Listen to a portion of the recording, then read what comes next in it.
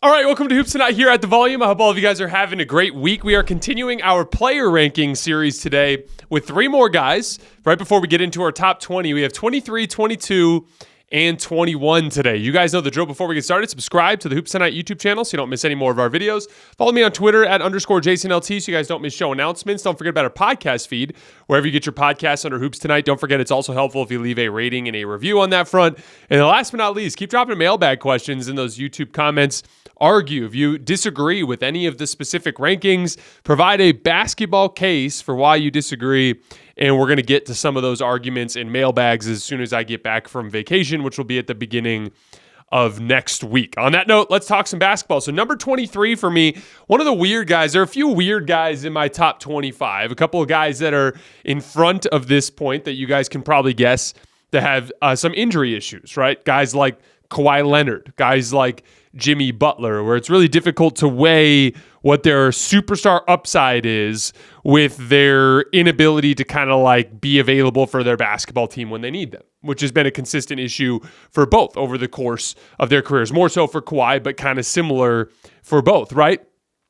Well, this next guy on the list is another version of that, a lower level version of that, but a similar type of deal. If this player was consistently available for his team, he would be substantially higher on this list, but it has been a consistent issue for him. That player for me at number 23 is Ja Morant. Played just 9 games last year, averaged in those 9 games 25.1 points per game, 5.6 rebounds per game, and 8.1 assists per game to go with 1.4 stocks. His shooting splits 47.1% from the field, 27.5% from three, 81.3% from the line, and 51.2% in effective field goal percentage and 57% in true shooting percentage. So in a very short period of time was profoundly impactful. As a matter of fact, when Ja Morant rejoined the team this year, they had lost 5 games in a row leading into that game.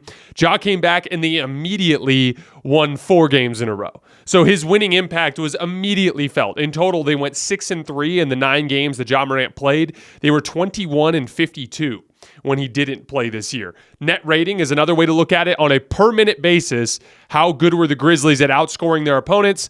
They were plus 3.1 net with Ja Morant on the floor. So they outscored opponents by 3.1 points per 100 possessions when Ja was on the floor. They were outscored by 7.9 points per 100 possessions when Ja Morant was off the floor. So literally an 11-point swing on a per 100 possession basis, adding Ja Morant to this team. They went from being a really bad team without him to being a pretty good team with him. And so that's a strong indicator of just how impactful he was in the small sample size that he played last year. Some play type data from Synergy.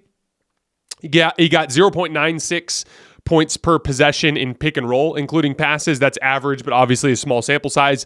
1.04 points per ISO, including passes. That's very good. That's in the 70th percentile, but also small sample. Did not shoot the basketball well. He had 0.83 points per jump shot, 0.82 on catch and shoots, 0.84 on off the dribble jump shot. So, albeit a small sample size, not a great shooting season for him. He's actually been trending down year over year as a jump shooter, which we're going to get to more in a little bit. But he was 0.91 points per jump shot in 2022, 0.90 in 2023, and then 0.83 last year, albeit in that small sample size. So obviously that's his largest area for improvement, which we're going to get to in a little bit more detail here in a minute. But he was also 13 out of 20 on floaters. That's 65%. That's awesome, albeit in a small sample last year. And then he was 56% at the rim, which is not great for a freaky athletic guard like him, but he gets there so often that he'll like kind of take a lot of higher difficulty shots at the rim that a lot of guards don't. So I still look at that as pretty impressive considering the volume. Not really too worried about any of that data, considering he just didn't have much of a runway to like kind of get into game shape and really kind of find his rhythm. So the data itself is essentially meaningless, but we go over that for every single player on this list. So I did want to go over it with Ja. But again, as you guys saw with those numbers that I released, or that I went over in terms of his on-court impact, strictly speaking on the scoreboard, there is true superstar upside with Ja Morant, which is something you don't get from a lot of the guys in this tier that we've been talking about, right? Like a guy that we're going to hit later on in this list today, is Tyrese Maxey. I have Tyrese Maxey higher than Ja Morant right now, simply because he's been far more available and dependable to his team. However, I don't think Tyrese Maxey can reach the absurd ceiling that a guy like Ja Morant can reach in terms of his ability to beat people off the dribble and consistently get into the lane. A great example of this was the Pelicans game last year. If you guys remember, this was where Ja hit the game winner. But before that, well, including that, I should say, 3 consecutive times down the stretch of that game, and 2 of them were in straight ISO, one was in a ball screen, but against Herb Jones, who is one of the very best perimeter defenders in this league, certainly in that top tier, he just went right around him for a little scoop shot, a little floating jump shot in the lane. He went rejected a ball screen with him and just left him in the dust and got all the way to the rim for a layup. And then for the game winner, spun off of him on a dribble drive and hit like a little left-handed scoop shot in the lane. Herb Jones just couldn't do anything with him. And that really is the main differentiator. I think there's a difference between an outstanding physical gift and then a truly transcendent unicorn physical gift. And Ja Morant has that.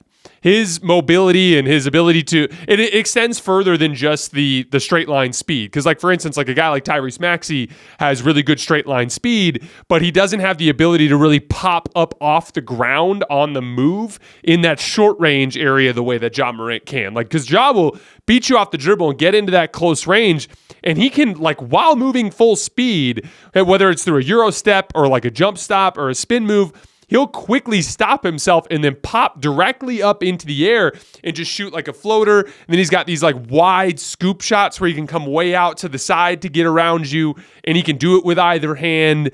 Obviously, we know he can put guys in the rim as well.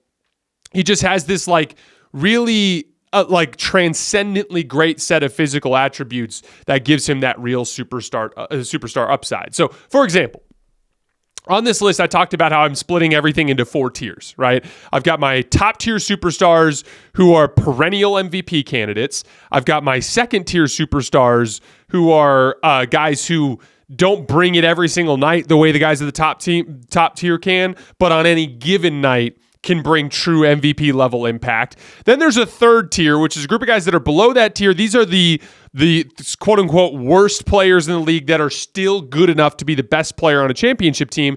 And then I have my fourth tier, which are guys that are not quite good enough to be the best player on a championship team. And for me, that cutoff is number 18 on this list. So from 18 to 25, there's a bunch of guys that I don't think are capable of being the best player on a championship, at least not the championship team, at least not the very best player. They could be the second best player, but probably not the very best.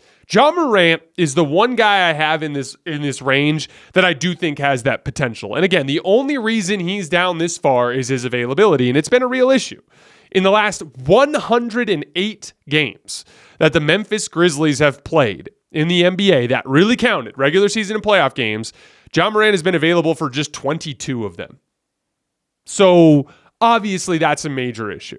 And it hasn't just been the behavior issues, it's also been some health issues. So we can't in our right minds put Ja Morant way up near the top of the league based purely on the hypothetical of what he can be. He has to demonstrate to us that he can be the leader of his team by taking care of his body, being a little bit more kind of picky and choosy about when he kind of throws his body on the line around the basket, and obviously the off-court stuff, getting that under control. If he can do those three things, especially with his upside, and especially with how good this Grizzlies team is, because I think this Grizzlies team is going to be a dominant regular season team next year. And so, I would argue that out of anybody on this list, Ja Morant has the best potential to move way, way up the list as soon as next year. That's how much of a believer I am in Ja Morant. I think he very clearly has superstar upside. And honestly, the one thing that's missing for him, again, and we hinted at this earlier, the one specific thing with Ja Morant that is keeping him in a vacuum from reaching that superstar level is the jump shot piece. So Ja's an outstanding 2-level scorer. Nobody can keep him in front one-on-one. It's a team effort to try to block him off from the paint, which obviously opens up opportunities for him as a passer, and he's a very good passer. But and when he gets past that guy off the dribble, he's shown the ability to score. He can get to the rim and finish, like we talked about. He can dunk on you. He can get way outside with the left scoop. He can get way outside with the right scoop. He's really good at absorbing contact. So he'll jump into you with that shoulder, bring the ball down, and like hang in the air and wait for the big to drop, and then he'll come back up and like go with the scoop and finish. But the big exciting part is that second level of scoring, which is not like aggressive mid-range pull-up shooting. It's that short range. It's the floaters and everything in that like 5 to 7 foot from the basket area where he's consistently been very good. He, again, 65% last year, albeit on only 20 attempts, but he was 47% in 2023 and 47% in 2022. That's been a consistent, deadly move for Ja Morant. Just get downhill, beat you off the dribble. As you're taking those big, long recovery steps, he just pops up off the ground at like right around 5 feet from the basket. He can go to a scoop there. He can go to a floater there. It's just really, really difficult to guard him there. That said, right now, because of the inconsistency with the jump shot, you can still get away with ducking under picks against him. You can still get away with packing the paint, asking your primary point of attack defender to try to duck under picks and meet him on the other side. And he just hasn't been able to consistently make people pay by knocking down that jump shot over the top. He's had stretches where he's been really good. Like to start the 2023 year, that was back when he was having the suspensions and then they lost in the first round series against the Lakers. In that 2023 year, in his first 21 games, so a quarter of the season, he shot 38% from three on 5 attempts per game. He just hasn't been able to actually put it together for entire seasons. And as I mentioned earlier, he's trending down. 0.91 points per jumper, 2022, 0.90 in 2023, 0.83 in that small sample size last year. But the upside there is he's had a ton of time to be in the gym as he's been unavailable to play to work on it. So I'm really curious just to see how that jump shot looks next year. I think if he doesn't need to be Damian Lillard in his prime, 1.1 points per jump shot, but he does need to be down in that over 1 point per shot. Like you want to see him in that 1.02, 1.03 type of range. That's where I think he has true superstar upside. And that'll help because if you were to list his areas for improvement, obviously we're going to talk about defense, which we will in a minute, but one of the big pieces of it is he's not a good off-ball offensive player at this point. He made just 2 field goals on cuts in 9 games last year, and he's just a 54th percentile spot-up guy. He doesn't convert spot-up possessions at a high rate. Adding in the jump shot will make it substantially easier for him to do that. I'm not as worried about guards in cut situations, but there are a lot of possessions where just because of floor balance, especially when they play with 3 guards, where he's going to be working more out of the corner and in the baseline. We actually saw that one of his big plays in the Pelicans game. He was in a spot-up situation. He started in the dunker spot and kind of flared out to the right corner before he drove right past Herb Jones for the layup. Like, he's in a situation where he could actually unleash more cutting as well. But the main thing for me is the jump shot. If he can figure out the jump shot piece, that's where he's going to enter into that special tier. He's never been a good defensive player. There's obviously a ton of room for improvement there. But again, when you're talking about really small guards, you're not really looking for a great defensive player. You're looking for doesn't break the defense. That's what you're looking for. Just a bare minimum, do your job, like make it so that you're not a glaring weak point, which I do think is something that Ja Morant is capable of getting to in the long run. I'm a big fan of Ja Morant. I think his potential is through the roof.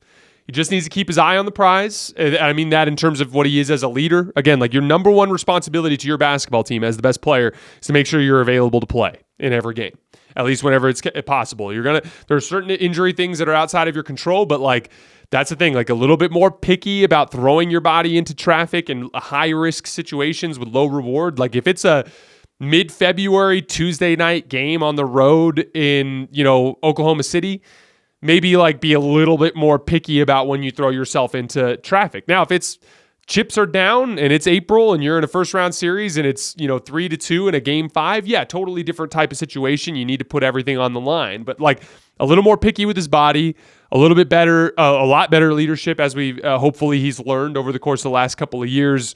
I think those are the two things that will put him available on the court.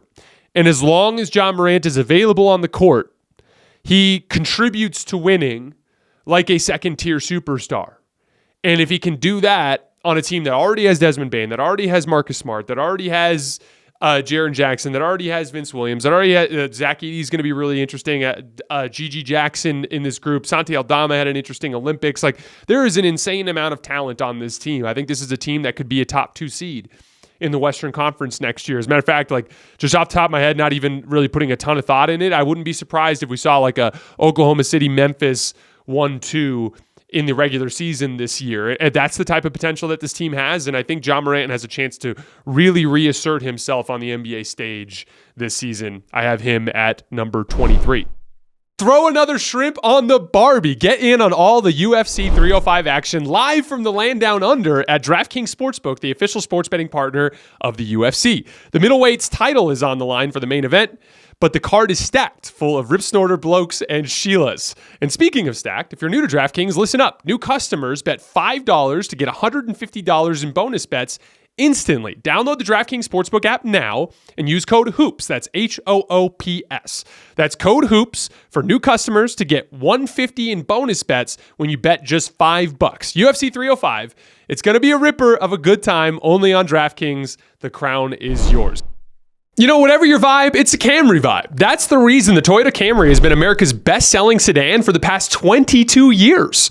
And the all-new Camry takes it to a new level. It comes equipped with a standard 225 horsepower engine and available sport-tuned suspension, providing power, speed, and agility. Think of the Camry as your typical swingman. And it's a good-looking car, too. The Camry racing on the 2025 NASCAR circuit was based on the racing-inspired design of the all-new Camry, with available features including two-tone midnight black metallic roof and rear spoiler and 19-inch alloy wheels. The interior is just as fly. The Camry has a modern interior design with available features like a leather-trimmed steering wheel and multi-stage heated and ventilated front seats. We're talking fundamentals and flash. You don't see that combo often on the court or on the road.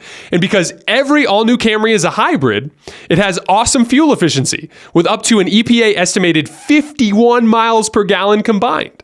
Whatever your vibe, it's a Camry vibe. Learn more at toyota.com/Camry. Number 22, Damian Lillard. Also, real quick, I meant to mention this off the top, but I forgot. And I'll try to mention it off the top in some of the other videos. This is a purely in a vacuum list. So if you're looking for a breakdown of my rules, the specific kind of like metrics internally that I'm using to make these decisions for the list, go back to our previous video, the one that is the 25 and 24. The intro to that, I went in excruciating detail about how I'm actually ranking these players. So if you're looking for kind of a breakdown of that, you can find that a little bit further back on our feed. So Damian Lillard last year, 73 games played, 24.3 points per game, 4.4 rebounds per game, 7 assists per game, 1.2 stocks per game. Shooting splits, just 42.4% from the field, 35.4% from three, 92% from the line. That amounts to 51% in effective field goal percentage and 59% in true shooting. So that 59% number is still pretty solid given the poor actual field goal shooting. So really, it comes down to this, and I'm sure you guys noticed this as you watched the Bucks last year. Dame's ability to grift his way to the foul line and then consistently make free throws when he gets there has helped to counter his poor shooting in the large sample size and allowed him to be to maintain efficiency in his scoring, even though it doesn't seem like that when you're watching the games. Some play type data. Dame ran 1,380 pick and rolls last year, so he makes our high volume pick and roll list. Remember, that's everybody who ran over 1,000. Generated 1,519 points, so that's 1.10 points per pick and roll, including passes. That ranked 6th out of 15 players to run at least 1,000 last year. So to Dame's credit, despite not being able to shoot as well, he and it was kind of interesting because he shot better in pull-up shooting situations than he did in catch-and-shoot situations. So like he was kind of better when the ball was in his hands than when he was playing without it. And that manifested in that pick and roll data. But that's impressive numbers. Like that, for the perceived decline of Dame, he was still a very efficient shot creator last year. ISO is where he kind of fell off of a cliff, which makes sense because as a small guard ages and he struggles to get separation, you need to screen more. So it makes a little bit of sense, right? He ran 320 ISOs, but generated just 302 points, including passes. That's 0.94 points per possession. On our high volume list, that's also makes our high volume ISO list. Out of the 24 players to run at least 250 ISOs last year, Dame ranked 21st. So obviously a substantial drop off on that side of things. Really good in spot-up situations, 1.19 points per possession. That's excellent. Shooting stats, Dame dropped all the way after making his jump shots at a rate of 1.09 points per shot in Portland his last year in 2023, dropped all the way down to 1.00 points per jump shot last year. That was the main issue. between what we saw from Dame in Milwaukee versus what we saw from Dame in Portland. Just couldn't knock down those difficult jump shots. That's his superpower, right? And he just couldn't knock them down with the same level of consistency that he did in Portland. A basic stat to break this down: in his last year in Portland, out of the 61 players to take at least 500 jumpers, he ranked 19th. This year, out of the 56 players to take at least 500 jumpers, he ranked 45th. So he went from an upper third to a quality jump shooter to a lower third quality jump shooter among the high volume guys in the league. So that's a pretty substantial jump shot. The specifics: he was 0.97 points per catch and shoot jumper, mostly about separation. He was actually pretty good when he was unguarded, 1.08 points per shot. Not good enough for Dame, but pretty solid. He was 0.9 points per catch and shoot jumper when he was guarded, 1.01 points per pull-up jumper. So he's still pretty good in pull-up situations. As I mentioned earlier, he's most comfortable with the ball in his hands.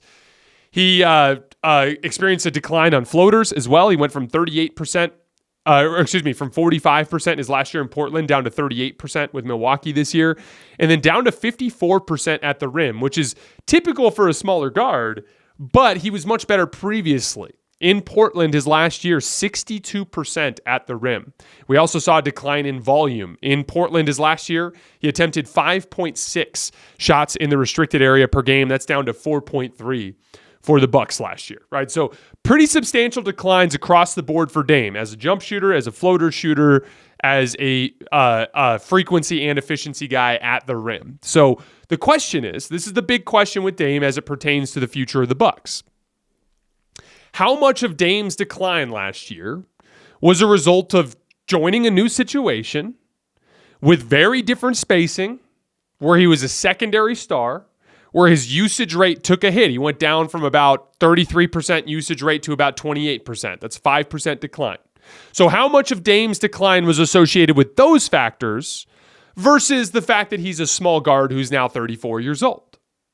And you expect a certain decline in your mid-30s. I mean, Steph is a much better player than Dame, and we've seen him start to show signs of decline, albeit a little bit later on, right? My guess is it's a little bit of both, which is an encouraging thing for Bucks fans, right? Because, if a good portion of Dame's struggles had to do with figuring out how to play in a completely different situation, then we should actually see a little bit of an improvement this year as he gets more comfortable with his new supporting cast and his new co-star. A full training camp with Doc Rivers. We talked a lot last year about some of the specifics in terms of pick and roll geometry, the way they were using Giannis, the spotting up Giannis while running Dame Brook Lopez ball screens, having Giannis roll into the middle of the floor, which is not a strong suit of his, when he was more effective on a cleared side. We went over all that stuff last year. There's just a lot of area for opportunity for improvement for the Bucks within their offense to make things easier for Dame. The main issue for Dame, though, extending beyond any of those offensive things, is Dame is just an abysmal defender. We were wondering if his transition to Milwaukee as a secondary star would allow him to kind of devote more of his resources in that direction. It did not. He was atrocious, and it was one of the major issues that plagued the Bucks all season. That when we talked about the Bucks having a lack of perimeter speed and a lack of guys who compete at the point of attack, Dame was one of the culprits there.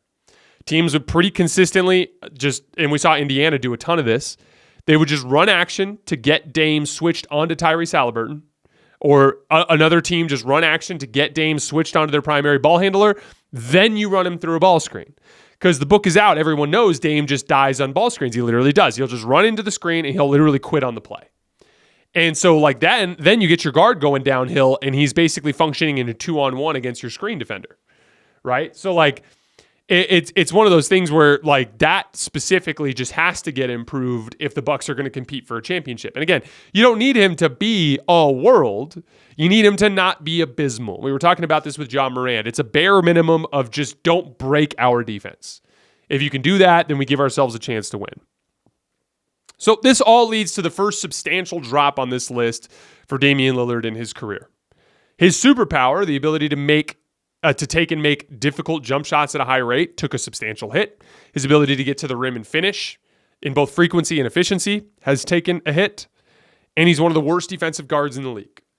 So he's gone from being a top-tier guard to being in that second tier of guards, which is obviously going to drop him out of the top 20 for this year. I do think given those factors we discussed earlier, that he has the potential to vault back into the top 20 at least one more time in his career. This is the year if he's going to try to do that. I'll be really curious to see if he can get it done.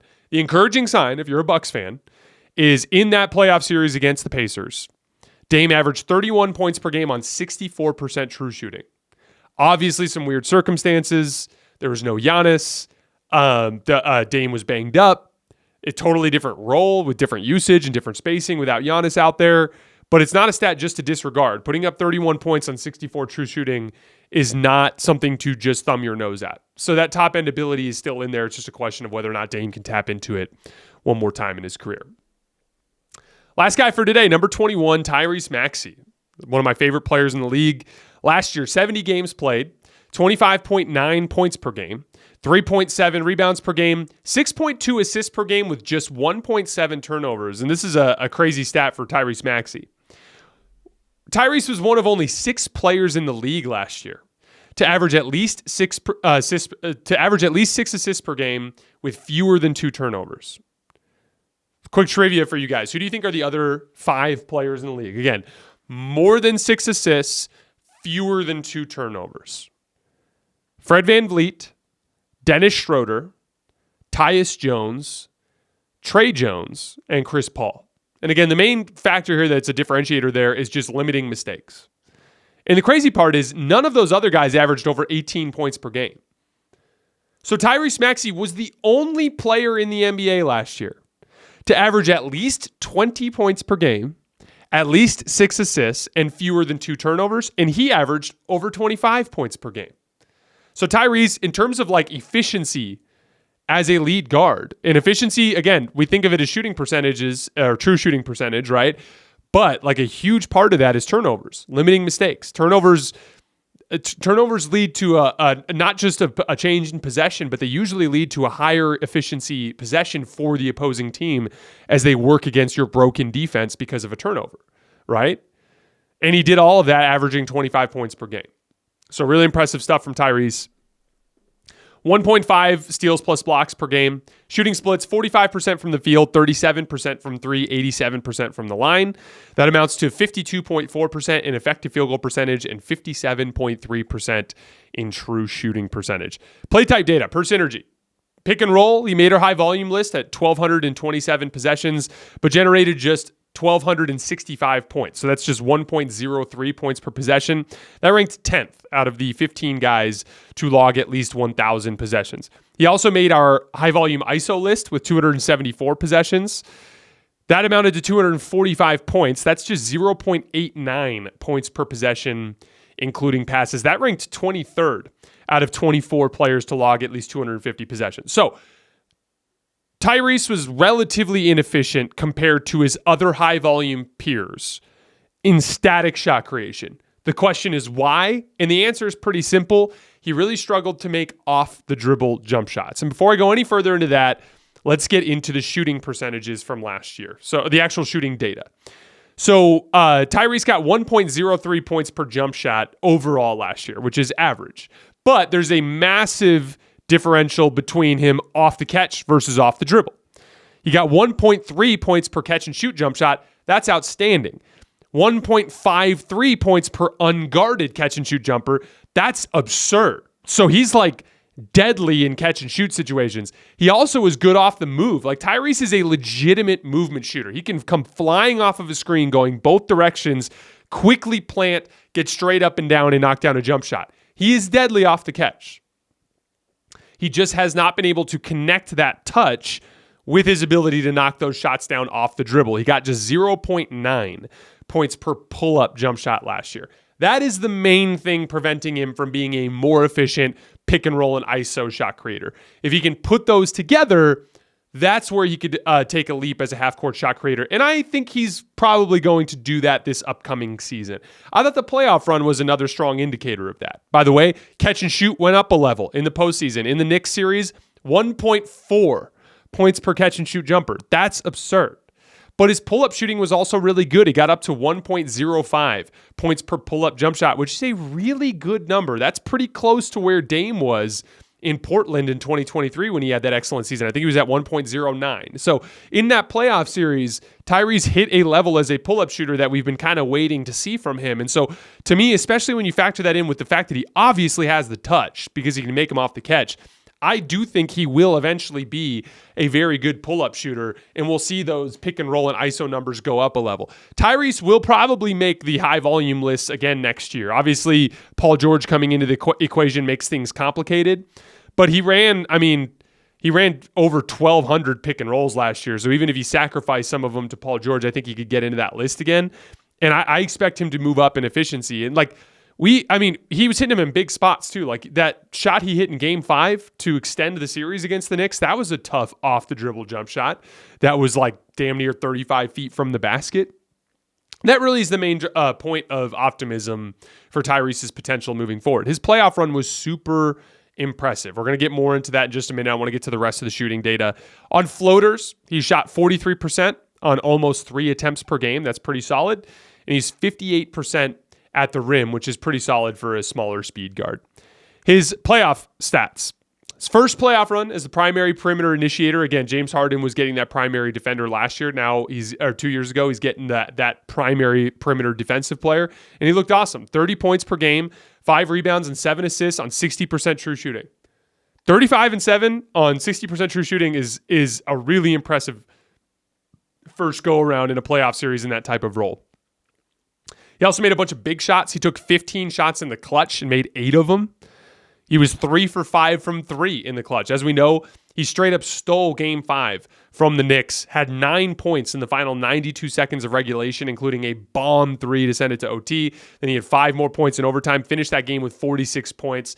Really, really impressive game from Tyrese Maxey. And he has a real playoff superpower. He's got insane downhill speed mixed with deadly jump shooting. That is a proven combination that you can rely on in the world of basketball. A stat to demonstrate this. Tyrese Maxey in the regular season last year attempted 5.6 restricted area attempts per game.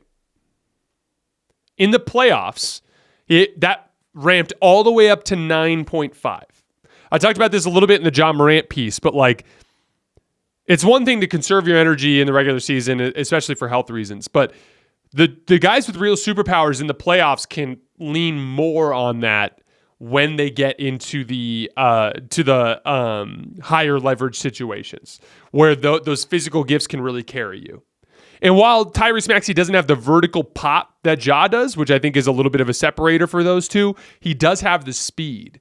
And that to me is a strong indicator of that. You could damn near double your rim attempt volume in the playoffs. That tells me you have a real superpower. Here's a crazy stat. Tyrese Maxey made 3 more shots in the restricted area in 6 playoff games than Tyrese Halliburton did in 15 playoff games. That goes to show you how good he is at getting and finishing, getting to the rim and finishing there. Obvious areas for improvement. We talked about his pull-up shooting. Just again, if he can improve the pull-up shooting, connecting that touch that he has on his release to being able to do it off the dribble, that will improve him as a shot creator in the half court.